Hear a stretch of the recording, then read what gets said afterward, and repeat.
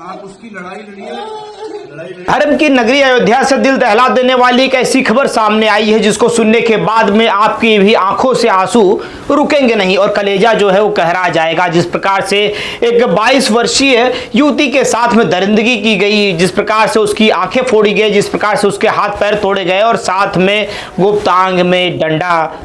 डाल दिया गया। और इस प्रकार की इस घटना के बाद में तमाम प्रतिक्रियाएं आने लगी। ऐसे में आपने देखा होगा अवधेश पासी जो कि वर्तमान सांसद हैं, वो जोर जोर से प्रेस कॉन्फ्रेंस में रोने लग जाते हैं। उसके बाद में योगी आदित्यनाथ जी का बयान आता है कि इस आरोपियों को छोड़ा नहीं जाएगा, बख्शा नहीं जाएगा, चाहे आरोपी कितना भी बड़ा हो, कितना भी पावरफुल हो। तो ये सारी चीजें उत्तर प्रदेश के जनपद अयोध्या की जिस प्रकार से चल रही है और इस घटना सुनने के बाद में सभी की जो एक ही स्वर में सभी लोगों का कहना है, चाहे राहुल गांधी हो, चाहे प्रियंका गांधी हो, चाहे चंद्रशेखर रावण जो कि सांसद के अंदर उस समय मौजूद रहते हैं, वो अपनी बातों को वहां उठाते हैं और बात कर रहे होते हैं कि कैसे न्याय मिलेगा। एक गरीब लड़की, गरीब परिवार की लड़की के साथ में इस प्रकार की घटना हो जाना ये अपने आप में बहुत ज़्यादा निंदनीय है और सुनने के बाद में, देखने के बाद में आपकी भी आंखें नम हो जाती है। और जिस प्रकार से गाँव वालों का, परिवार परिजनों का जो हाल है वो तो देखना और सुनना बहुत ही मुश्किल हो जाता है।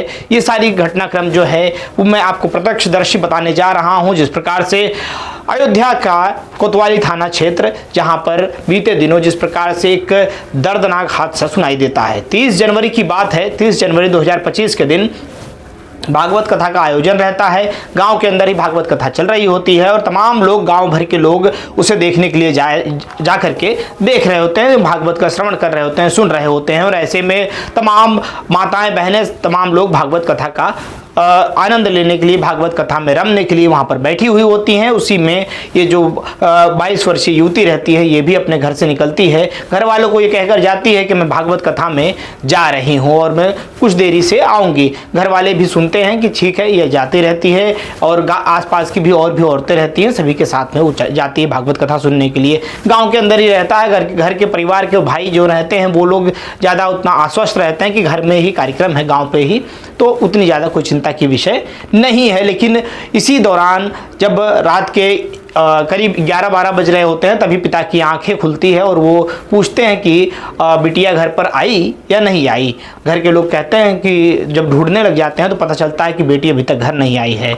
और ये खबर सुनने के बाद में अफरा तफरी मच जाती है। परिजन गांव वालों के साथ मिलकर के बच्ची को खोजने लग जाते हैं। सुबह हो जाती है, फिर भी बच्ची को कहीं पर नज़र नहीं आती है और ऐसे में दिन बीतता जाता है और धीरे धीरे 2 दिन बीत जाते हैं। और ऐसे में वहीं पर पास में एक प्राइमरी स्कूल हुआ करता है। स्कूल के विद्यालय के पास में शौचालय है और वहीं पर कुछ जो लड़की है उसका वहाँ पर वस्त्र दिखाई देता है और खून के धब्बे दिखाई देते हैं। तभी आसपास के लोग जो रहते हैं वो पुलिस प्रशासन के पास कोतवाली चले जाते हैं, ये कहकर कि एक छोटा सा एप्लीकेशन वहाँ दे दिया जाए। और पुलिस के पास जब पहुँचते हैं तो पुलिस वाले कंप्लेन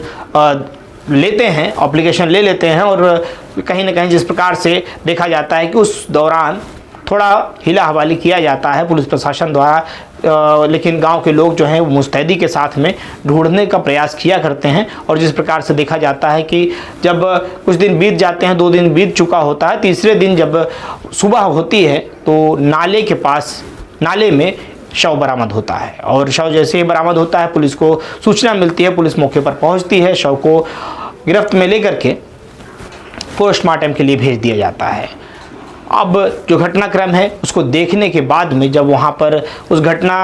पोस्टमार्टम से पहले जब लाश बरामद हुई थी तो जब लड़की की बहन वहाँ पहुँचती है और देखती है तो मौके पर ही बेहोश हो जाती है। उसके साथ में घर के आसपास के लोग जो गए हुए रहते हैं, जो और भी माताएं रहती हैं, वो देखती हैं, उनकी भी स्थिति इस प्रकार की हो जाती है। वो कुछ 2-2 दिनों तक कोई बोलने की उस स्थिति में नहीं रहती है कि कुछ चीज़ से कुछ बातें कर सके, क्योंकि जिस प्रकार का भयावह मंजर था, जिस प्रकार का डरावना वो क्षण था, क्योंकि जिस प्रकार से उस लड़की के साथ में दरिंदगी की गई थी, जिस प्रकार से लड़की के साथ में अभद्रता की गई थी, जिस प्रकार से लड़की के हर एक अंग के ऊपर ब्लड के निशान देखे गए, हर एक अंग के ऊपर कहीं ना कहीं धारदार निशान और धारदार वार करके निशान बनाए गए थे, वो कहीं ना कहीं बहुत ही दुखद था। और देखने के बाद में परिजन जो हैं रोने लग जाते हैं और परिजनों की रो रो कर इतना बुरा हाल हो जाता है कि वहीं पर मौके पर बेहोश हो जाते हैं।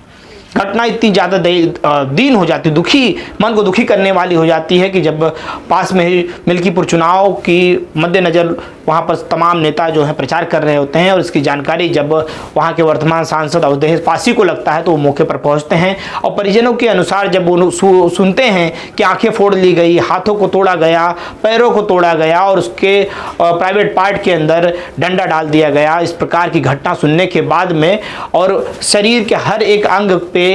जिस प्रकार से ब्लड जो कि शेविंग करने में इस्तेमाल होता है उसके द्वारा कई सारे कट, कम से कम 30 से 40 कट पूरे शरीर पे लगे हुए थे, जिसके कारण से खून जो है पूरे शरीर के अंदर बह रहा था। ये घटना सुनने के बाद में अवधेश पासी तुरंत प्रेस कॉन्फ्रेंस करते हैं, प्रेस कॉन्फ्रेंस पर रोने लग जाते हैं और जिस प्रकार से उनकी रोने की जो वो वीडियो है बहुत तेज़ी से सोशल मीडिया पर ट्रेंड करने लग जाती है, वायरल होने लग जाती है, चाहे ट्विटर हो, चाहे यूट्यूब हो, चाहे वो फेसबुक हो, चाहे इंस्टाग्राम हो, तमाम सोशल साइट्स पर देखा जाता है अवधेश पासी की वो वीडियो की जिसमें वो कहते हैं कि मैं कैसे न्याय दिलाऊंगा, मेरी क्षेत्र की जनता है और मेरे क्षेत्र की जनता में ये जो युवती है 22 वर्ष की, उसके साथ में इस प्रकार की दरिंदगी हो गई कि मैं क्या मुँह लेकर जाऊंगा, ये बातें कह कर के वो रोने लग जाते हैं। वो कुछ घंटों बाद में एक प्रतिक्रिया योगी आदित्यनाथ जी की आती है जिसमें वो कहते हैं कि एक भी उपद्रवी को या एक भी जिस प्रकार से दरिंदगी करने वाले को छोड़ा नहीं जाएगा और जिस प्रकार से इस मामले के अंदर चाहे किसी भी प्रकार का व्यक्ति हो उसे बख्शा नहीं जाएगा, कानूनी तौर पर उसे गिरफ्तार करके उसके ऊपर कड़ी से कड़ी कार्रवाई की जाएगी। पुलिस प्रशासन ढूंढने में लगी हुई थी और कुछ देर बाद में पुलिस जो है वो सीसीटीवी फुटेज के आधार पर, लोगों की बयान के आधार पर वहाँ पे अपना सर्च ऑपरेशन चालू करती है और पुलिस प्रशासन को बड़ी कामयाबी लगती है और वहाँ पर पुलिस को सीसीटीवी फुटेज के आधार पर दिग्विजय सिंह, विजय साहू, हरिरामपुरी ये 3 लोग गिरफ्तार किए जाते हैं। लोगों का कहना रहता है कि आमतौर पर ये शाम को इसी समय पर दारू पिया करते हैं और शराब पी करके यहाँ पर उलूल जुलूल का हरकतें किया करते हैं और पुलिस ने जब सीसीटीवी के आधार पर देखा तो उनको वहाँ पर वो नज़र भी आए और लेकिन पोस्टमार्टम रिपोर्ट को जिस प्रकार से कहा जा रहा है कि दोनों पैर तोड़े गए थे, दोनों हाथों को तोड़ा गया था, आँखें निकाल ली गई थी और बड़ी बेरहमी तरीके से डंडे से प्राइवेट पार्ट में डंडा डाला गया था। ये सारी घटना जो कि निर्भया हत्याकांड जो कि दिल्ली के अंदर हुआ था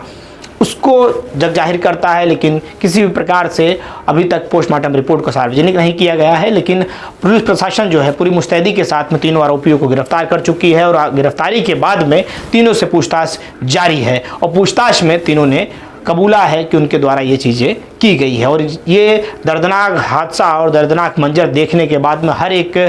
क्षेत्रवासियों की आंखें जो है नम हो जाती है। पूरे उत्तर प्रदेश के अंदर कोहराम समझ जाता है कि किस प्रकार से लोग इतने दरिंदे हो चुके हैं कि पावन पर्व चल रहा है, महाकुंभ की आस्था में लोग डुबकी लगाने के लिए प्रयागराज जा रहे हैं और भागवत कथा के इस ऐसे महान अनुष्ठान के समय पर इस प्रकार की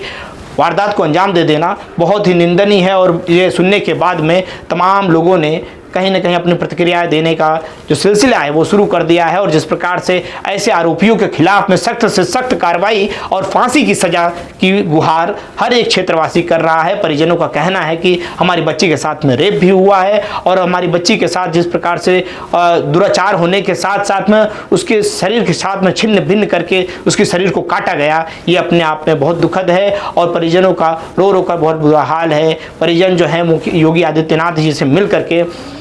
आरोपियों के खिलाफ सख्त से सख्त कार्रवाई की मांग करना चाह रहे हैं। देखना है इसमें आगे प्रशासन क्या इस मामले को लेकर के क्या कार्रवाई करती है और इस प्रकार से अब आरोपी गिरफ्तार हो चुके हैं, उन्हें जल्द से जल्द जेल पहुंचाकर चार्जशीट तैयार करके फास्ट ट्रैक कोर्ट में मामला चला करके इन आरोपियों के ऊपर कड़ी से कड़ी कार्रवाई जो जिस प्रकार से योगी आदित्यनाथ जी ने कहा है, अब हो सकता है कि इस पर कार्रवाई बहुत जल्द हो जाए। अब देखना है कि कार्रवाई तो हो जाएगी, लेकिन जिस प्रकार से उस मासूम बच्ची की जिसकी आयु महज अभी 22 वर्ष थी और भागवत कथा सुनने के लिए गई थी और इस प्रकार का हादसा अगर उसके साथ हो गया है, आने वाले समय पर जिस प्रकार से बेटी बचाओ बेटी पढ़ाओ की बात की जाती है, अगर ऐसा ही चलता रहा तो बेटियां किस प्रकार से सुरक्षित महसूस करेंगी, किस प्रकार से कोई धार्मिक आयोजनों में जाने का प्रयास करेंगी और किस प्रकार से